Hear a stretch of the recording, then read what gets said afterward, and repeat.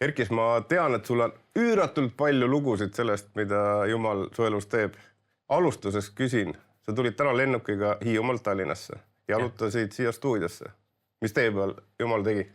Nii mõni kuulis seda, et Jeesus neid armastab, aga üks vahvamaid lugusid oli see, kus üks alkohoolik andis oma elu Jeesusele, kes oli kuulnud aasta tagasi Tammsaare pargis evangeeliumi. Noored olid jaganud seal mikrofoniga ja seal oli ta jalg saanud terveks.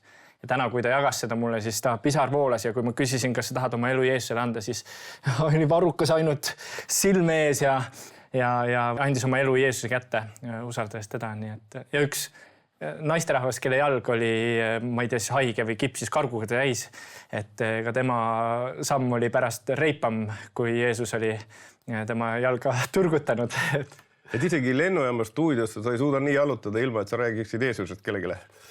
Jah, kui Jeesus midagi südamele paneb, siis tuleb ära teha neid asju. Absoluutselt. Et see on see.